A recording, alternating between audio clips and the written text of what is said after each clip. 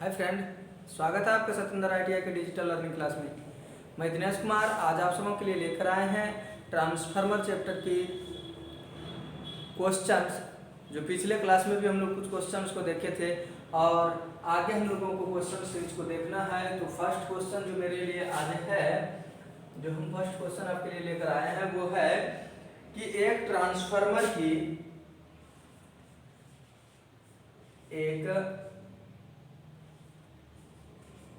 Transformer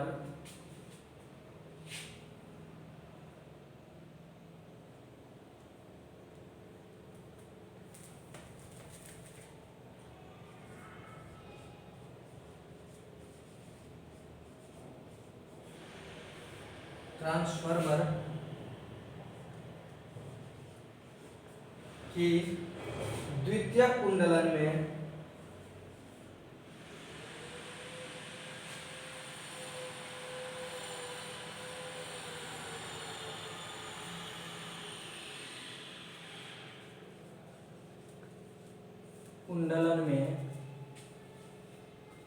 प्रेरित विद्युत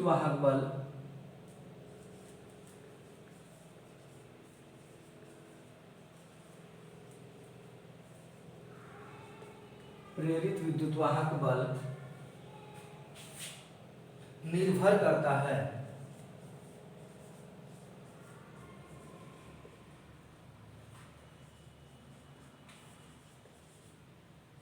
तो जब हम ट्रांसफार्मर चैप्टर पढ़ रहे थे उस समय हम बताए थे कि जब भी ट्रांसफार्मर की बात होती है तो ट्रांसफार्मर में जो आउटपुट होती है वो किस पर निर्भर करते हैं? सेकेंडरी यानी द्वितीयक कुंडल यानी द्वितीय वाइंडिंग। यानी हम बात करते हैं अगर इसका, तो द्वितीय कुंडलन किसको कहते हैं? ये हिंदी है इसलिए थोड़ी सी परेशानी हो भी सकती है आपको। तो द्वितीय कुंडल मतलब सेकेंडरी वाइंडिंग, यानी कि जब भी आउटपुट की बात होती है, आउटपुट में विद्युत वाहक बल निर्भर करता है, यानी आउटपुट, तो आउटपुट जब भी बात होती है तो सेकेंडरी पर बात आती है। यानी सेकेंडरी में क्या होगा? अगर सेकेंडरी में टर्नआउट की संख्या अधिक होगी तो आउटपुट जो है ना प्रेरित, यानी आउटपुट प्रेरित विद्युत वाहक बल क्या होगा? अधिक होगा। और अगर टर्नआउट की संख्या कम कर देंगे तो ये प्रेरित विद्युत वाहक बल क्या हो जाएगा? कम हो जाएगा। तो इस प्रकार से हम इस क्वेश्चन का आंसर दे सकते हैं कि एक ट्रांसफार्मर की द्वितीयक कुंडली में प्रेरित विद्युत वाहक बल निर्भर करता है। किसमें कर सकता है? वो है लपेटों की संख्या पर।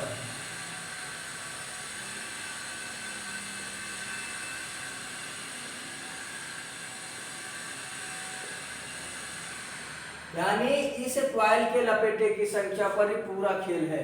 अगर सेकेंडरी कॉइल में अधिक टर्न तो प्रेरित विद्युत वाहक बल अधिक, और अगर कम टर्न तो प्रेरित विद्युत वाहक बल कम मिलेगा। इस प्रकार से हम लोग इसका आंसर दे रहे हैं। तो दूसरा जो क्वेश्चन है वो कह रहा है किसी ट्रांसफार्मर में ताम्र क्षति, किसी ट्रांसफार्मर में ताम्र क्षति शक्ति की वह क्षति है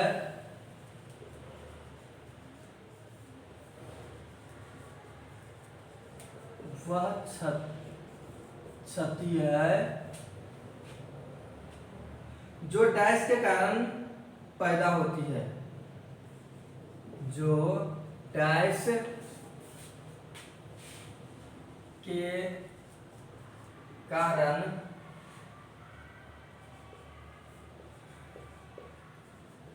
पैदा होती है।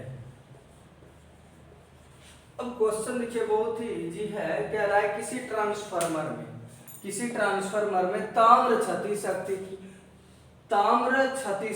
की वह क्षति है, यानी कॉपर लॉस, ट्रांसफार्मर की शक्ति यानी पावर की वह क्षति है जो डैश के कारण उत्पन्न होते हैं। तो किसके कारण होता है ताम्र क्षति? आपको अगर पूछा जाए कि ट्रांसफार्मर में ताम्र क्षति किसके कारण होता है, एकदम सीधा सीधा क्वेश्चन कि ट्रांसफार्मर में ताम्र क्षति किसके कारण होता है, तो आप क्या बोलेंगे? तांबा के कारण, मतलब उसमें तांबा होगा तभी तो ताम्र क्षति, कॉपर होगा तभी तो कॉपर लॉस होगा। और अगर पूछा जाए आयरन लॉस किसके कारण होता है, तो आयरन के कारण से होता है, यानी उसमें जो कोर होते हैं वो आयरन के होते हैं, इसलिए आयरन को लॉस हो सकते हैं। तो हमको पूछा जा रहा है ताम्र क्षति यानी कॉपर लॉस, तो कॉपर लॉस किसके कारण से होगा, कॉपर लॉस होगा कॉपर के कारण से। ये तो सीधा क्वेश्चन था, लेकिन यहाँ पर शक्ति शब्द जोड़ा गया है, तो कह रहा है ये शक्ति किसी ट्रांसफार्मर में ताम्र क्षति शक्ति की वह क्षति है जो डैश के कारण उत्पन्न होती है। यह तब क्या हो जाएगा, यानी कि कुंडल का प्रतिरोध के कारण। किसके कारण से होता है, कुंडलन प्रतिरोध के कारण।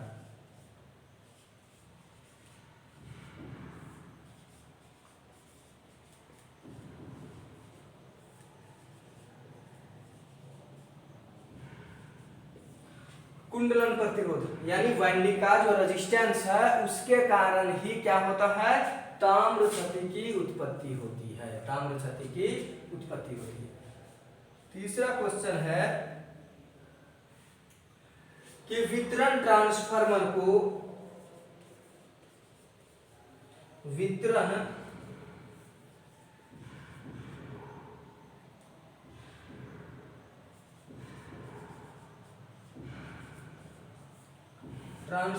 को इस प्रकार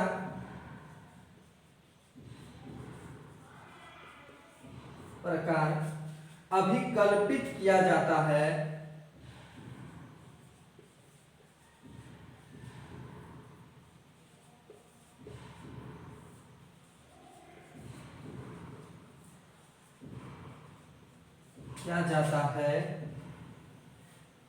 जिससे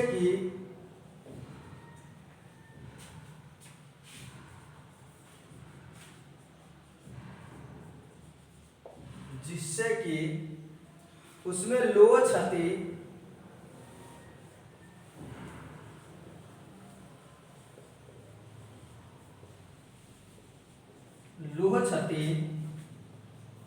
न्यूनतम रहे।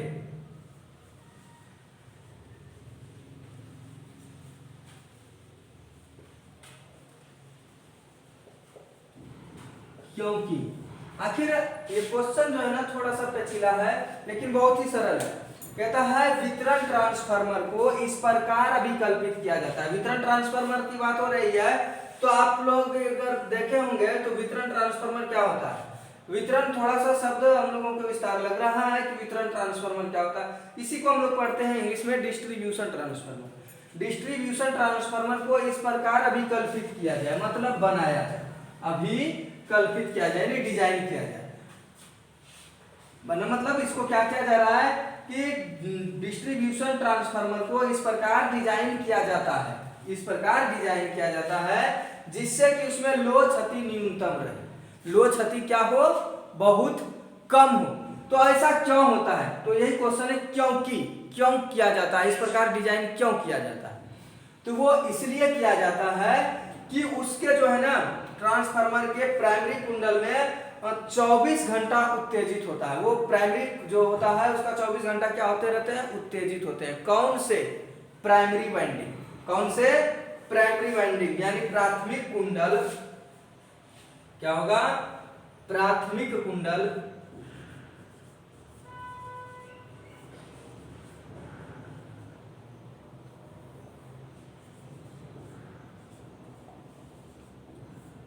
कुंडल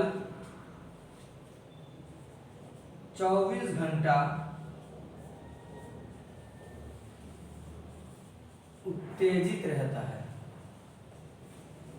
आपको वो ट्रांसफार्मर डिस्ट्रीब्यूट कर रहा है या नहीं कर रहा है कोई फर्क नहीं पड़ता है, आपके यहाँ लाइट है या नहीं लाइट है इससे कोई फर्क नहीं पड़ता है, लेकिन उसके प्राइमरी कॉइल पर 24 घंटा लाइट होता है। अब सेकेंडरी पर वो सप्लाई दे रहा है आपको या नहीं दे रहा है कोई फर्क नहीं पड़ता, लेकिन उसके प्राइमरी पर क्या होता है, 24 घंटा करंट होता है। इसलिए कहता है कि उसको इस प्रकार से डिजाइन किया जाता है कि उसमें लोह क्षति न्यूनतम हो। अगर अच्छे ढंग से उसका डिजाइन नहीं किया जाए तो उसमें लोह क्षति बहुत अधिक होने लगेगा, क्योंकि उस ट्रांसफार्मर में क्या होता है, प्राथमिक कुंडल में 24 घंटा उत्तेजना होती है। अगला क्वेश्चन है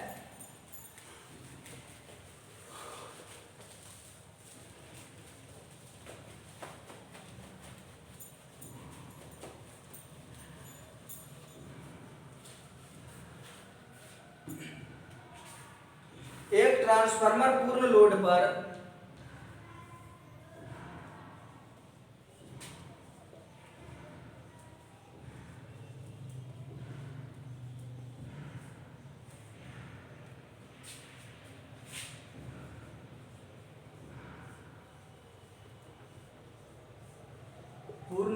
पर एक ट्रांसफार्मर पूर्ण लोड पर कार्यरत है।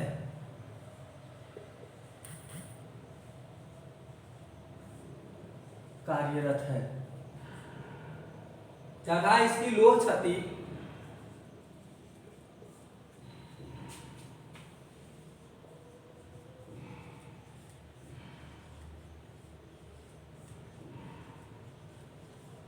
लोह क्षति 1000 वाट है। अर्ध लोड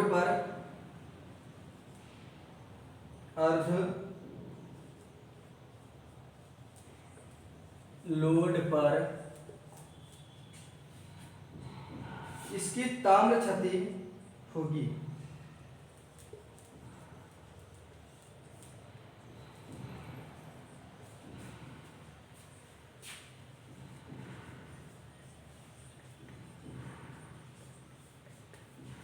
क्वेश्चन क्या कह रहा है कि एक ट्रांसफार्मर पूर्ण लोड यानी पूर्ण दक्षता पर कार्य कर रहा है, यानी पूर्ण दक्षता पर अगर कार्य कर रहा है ट्रांसफार्मर तथा इसकी लोह क्षति 1000 वाट, लोह क्षति 1000 वाट।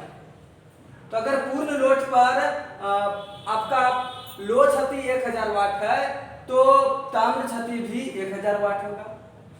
तो अर्ध लोड पर इसकी ताम्र क्षति क्या होगा? तो लोड को आधा करेंगे तो क्षति भी आधा ही होगा।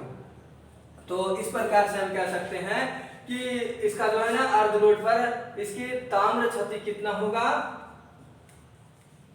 500 वाट होगा। कितना होगा? 500 वाट होगा। 5 नंबर क्वेश्चन है, यदि किसी ट्रांसफार्मर की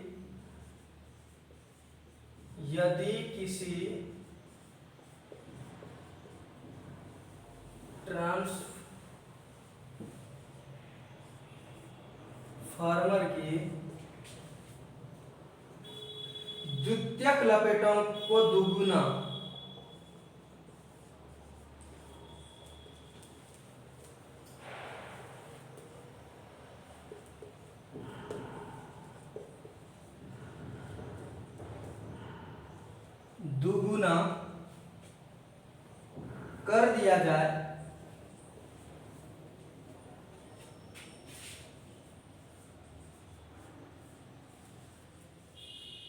कर दिया जाए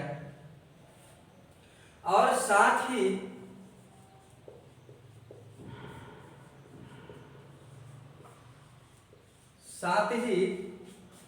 प्राथमिक वोल्टता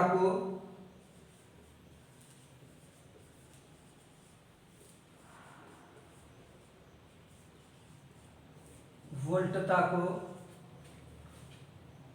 आधा कर दिया जाए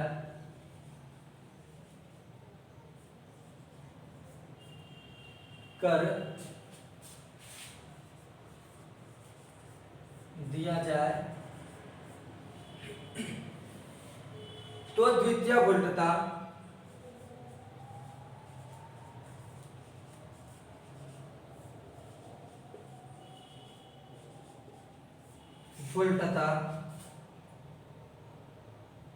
बस इतना ही क्वेश्चन है। क्वेश्चन को आपको देखना है गौर से एक बार। क्वेश्चन थोड़ा सा पेचीदा है।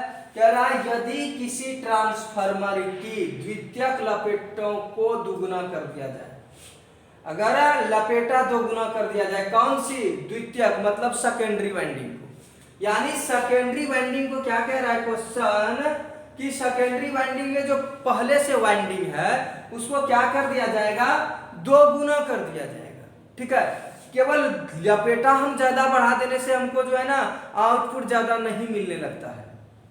तो उसके लिए क्या करना होता है आगे हम लोग देखते हैं क्या क्वेश्चन के अनुकूल। यदि किसी ट्रांसफार्मर की द्वितीयक लपेटों को दुगुना कर दिया जाए, और साथ ही प्राथमिक वोल्टता को आधा कर दिया जाए तो द्वितीयक वोल्टता क्या होगा। अब आपको मैं एक एग्जांपल देता है कि मान लिया जाए एक ट्रांसफार्मर की जो इनपुट सोर्स है उसको आधी, मान लिया जाए आपके घर में 11,000 वोल्टेज आ रहे हैं ट्रांसफार्मर से आपके ट्रांसफार्मर तक 11,000 वोल्टेज आ रहे हैं, और उसको काट के हमने क्या किया, आधा कर दिया, यानी 5500 वोल्टेज ही ट्रांसफार्मर तक भेज रहे हैं। लेकिन जो सेकेंडरी में जो आपके घर तरफ डिस्ट्रीब्यूट कर रहा है, जो सप्लाई दे रहा है, उसकी टर्न को 2 गुना कर दिए। अगर डबल हम कर दिए तो क्या होगा, घर में 440 आता है, 440 हम लोग कहते हैं, तो क्या हो जाएगा, 880 हो जाएगा। ऐसा कभी नहीं होगा, क्योंकि हमने क्या किया है, तो प्राथमिक वोल्टता को आधा कर दिया है। यह उस समय संभव था जब प्राथमिक वोल्टता को हम कोई परिवर्तित नहीं करते, यानी उसमें से कोई परिवर्तन नहीं लाते, और उसके बाद अगर हम सेकेंडरी वाइंडिंग की टर्नों की संख्या 2 गुना कर देते, तभी आउटपुट वोल्टता यानी द्वितीयक वोल्टता क्या होता, 2 गुना होता।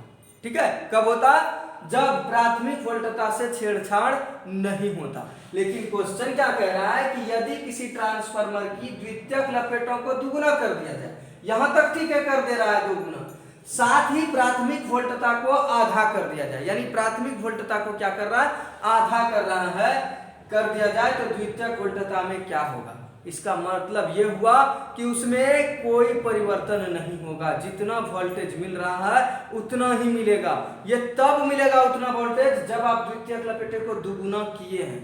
और अगर इस क्वेश्चन से थोड़ा सा हटे तो प्राथमिक वोल्टता को अगर आधा कर दिया जाए और द्वितीयक लपेटों को 2 गुना नहीं किया जाता ना, जितना द्वितीयक लपेटा था उतना ही रहने दिया जाए, तो जो द्वितीयक वोल्टता है वो आधी हो जाती, यानी 440 आ रही है तो 220 वोल्ट आने लगता। तो यहां पर क्या किया जा रहा है, द्वितीयक को 2 गुना किया जा रहा है, इसलिए इसमें कोई परिवर्तन नहीं होगा। तो ये इसका आंसर लिखेंगे, पूर्ववत रहेगी।